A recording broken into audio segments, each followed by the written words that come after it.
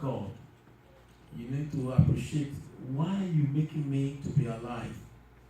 A friend of ours, a fellow missionary, a fellow co-worker, lost his wife again this week. Not the other one. She just died. And she went home to be with the Lord.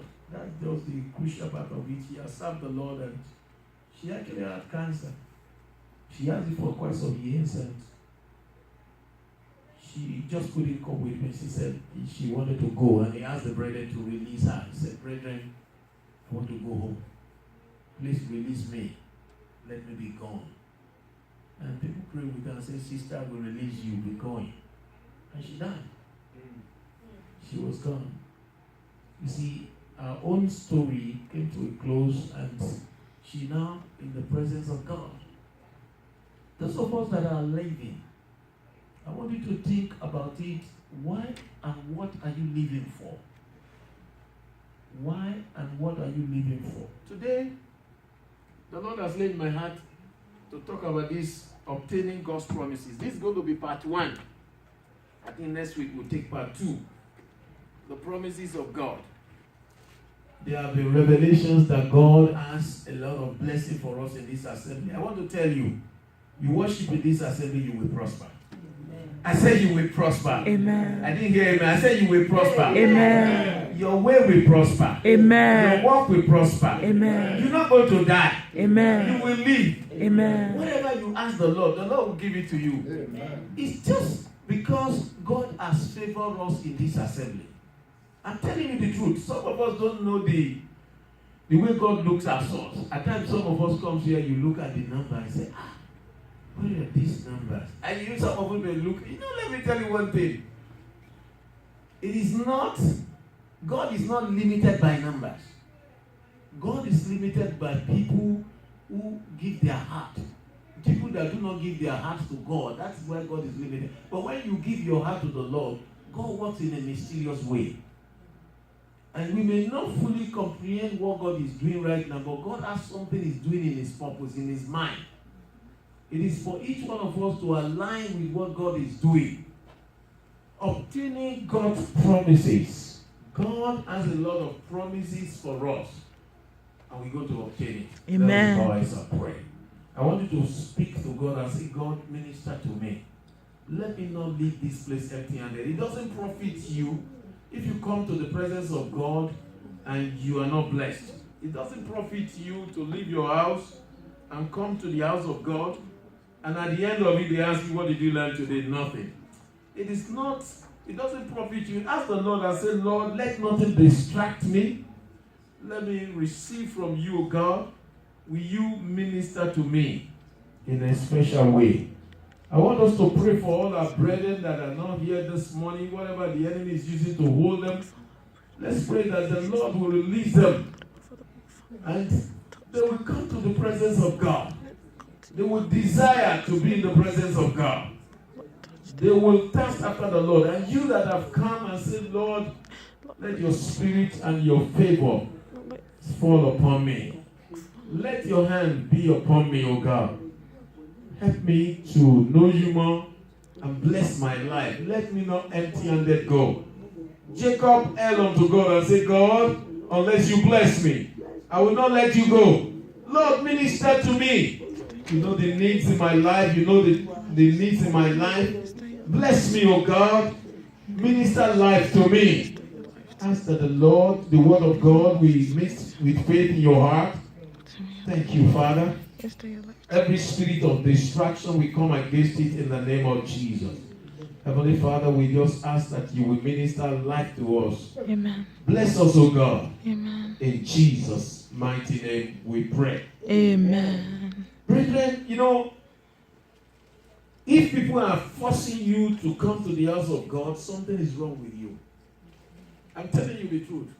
There's nowhere you can ever be than to be in the presence of God.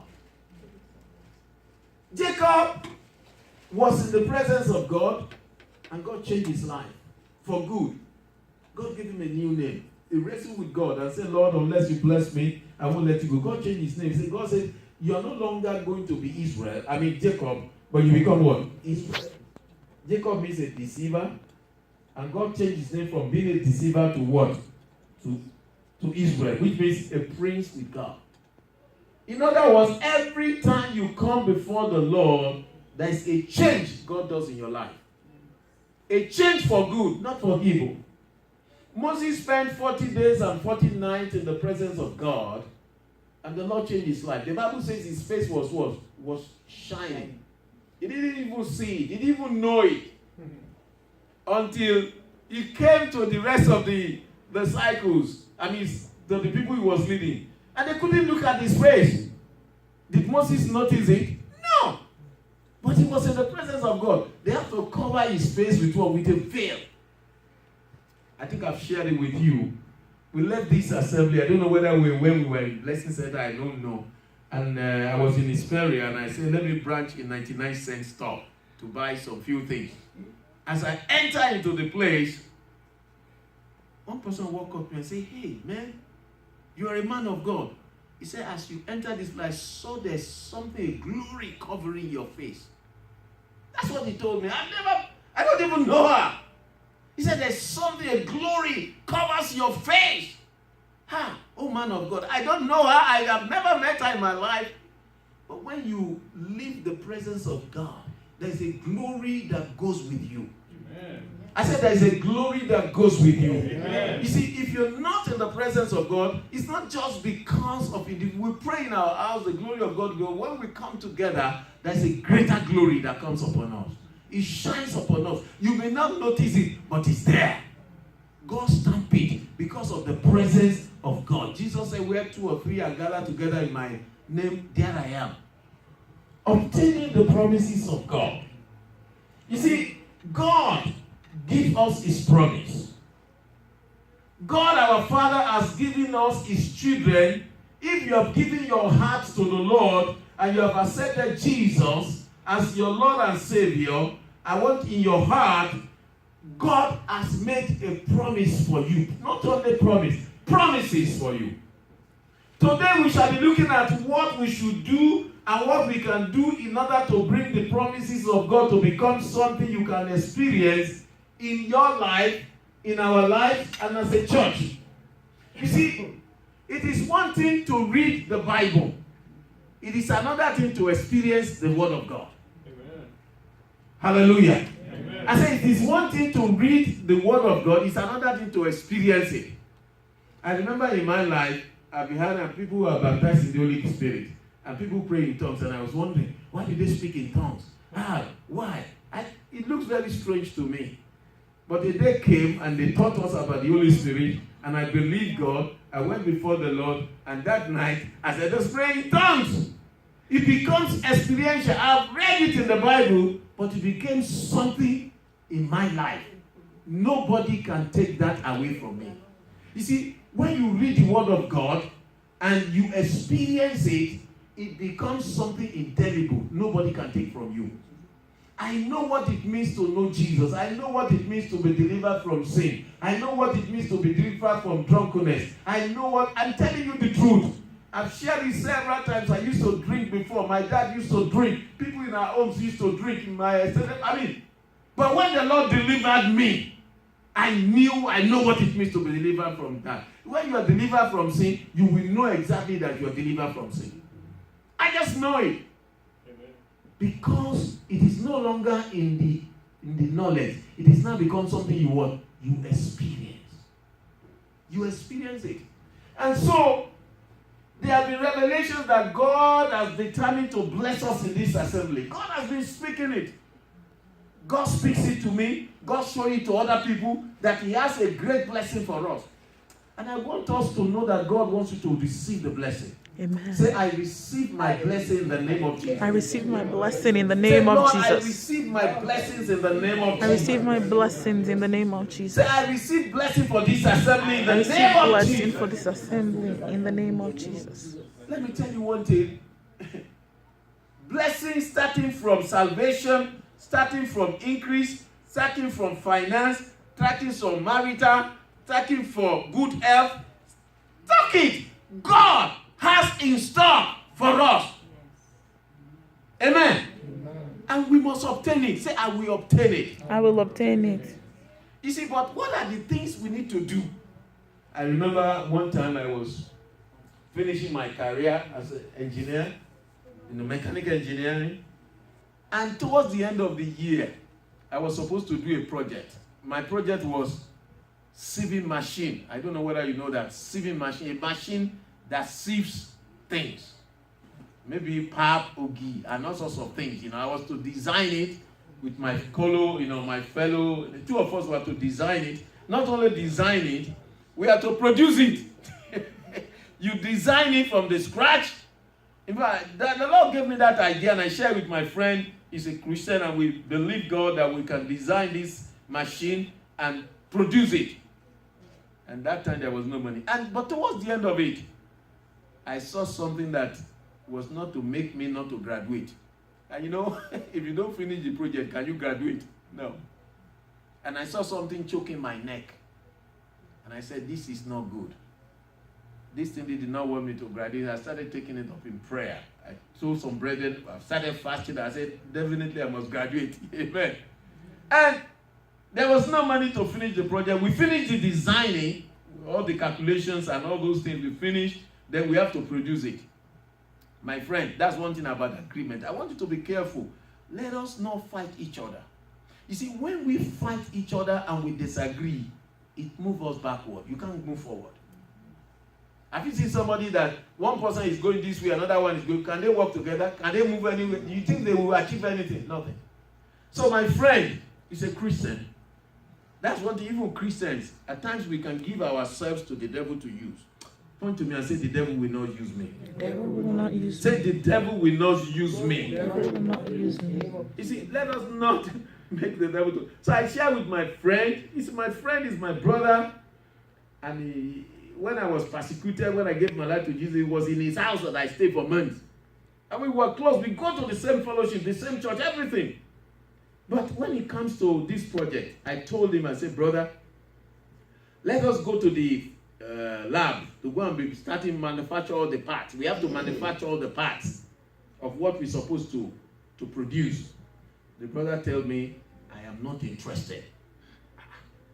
I look at him and said, brother, what are you talking about? We are supposed to design, we have finished the designing of this project, we are supposed to produce this part. Let us go to the lab and start to produce this. But the man told me, I will not come. And he didn't come. I said, God, what is this? I said, brother, don't you know the implication of this? If we don't produce this project, if you don't produce it and show it and demonstrate, they will not pass us. He said, I'm not interested in practical. I don't have interest. Hey, God, I said, God, what is this? So I made up my mind, I'm going to go into the lab. So I started going to the lab. As much as I could do, I would go on the lathe machine. I started manufacturing some parts, doing some welding, start to produce. I would go to buy parts and start to assembling this thing. I said, brother, please come. He said, I'm not coming. Please pay attention. Obtaining the promises of God. What God promised me was that I'm going to pass and graduate. But something is on the way now. How do I deal with it? And a Christian, a fellow brother was involved. How will that happen? I was fasting and praying and I share with people, I say, pray for me. I'm in trouble. I need help. When God promises you great things, the devil also wants to stand on the way to make sure that those things do not happen. And you need to watch out. You need to observe the way the devil comes in a cunning way to obstruct your progress, to oppress the promises of God. I look at what God has. God said I will graduate, but now something is choking my neck. How will I deal with it? I prayed after a long time. Towards the end, we have about a month to do the presentation. We submitted the project, they marked the design, but they asked us, okay, in 1 month's time, you need to provide the project and demonstrate what you have designed and test it for us so that we know it's working. 1 month. All what we have was just a caricature of this machine. I look up to God, I say, God help me. So finally I talked to him, I said, brother, can't you see the enemy is in this way? And I shared it with him. I said, look, let me show you what God showed it to me. And I showed it to him. I told him what revelation God gave me, that if we don't finish this thing, we will not graduate. Then he wake up, he said, let's go now. Just about 2-3 weeks to the end. What can you produce? People have been spending 12 months on it. They didn't finish. What can you do in 3 weeks? Well, he came finally to the, what do you call it now? Is it the lab?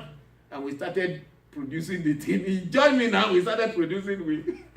All what we could do in the next 3 weeks was we put down the frame. We put out some pulleys and some things, but we didn't put on the sieve itself. We couldn't get there. So they put our name on the roster. This is the day you do your presentation. Bring your machine. We want to see it. And we went. Of course, the machine wasn't ready.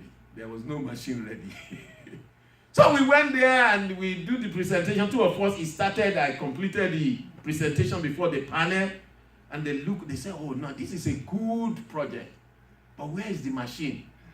So we brought out this caricature machine. We showed to them. They said, can you operate it? We said, excuse me, but we cannot finish. And we started giving excuses.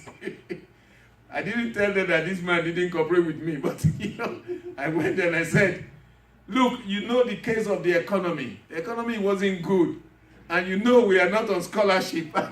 We didn't have enough money to complete this. But we know that we gave us excuses. And, God was a merciful God. Very merciful God. Despite we didn't finish the project, they passed us. They passed us. They passed us. They said, okay, we will pass you, because I don't know why they listen to, but they listen to, that's how we were able to graduate. The next phase of what God wanted me to go and do, I would not have been able to do it if I did not graduate. You know what the irony of it? That brother who said he was not interested in the practical, you know what he's eating with today? That practical that he said he's not interested in. That is what is feeding him today. That is what is feeding him up to today. Maybe some of you familiar in Lagos. There is a machine, people who makes Maggi cube. You know Maggi cube? Maggi? There's one man from Kwara State called what is his name? Doyin. Maybe you do know Doyin cube.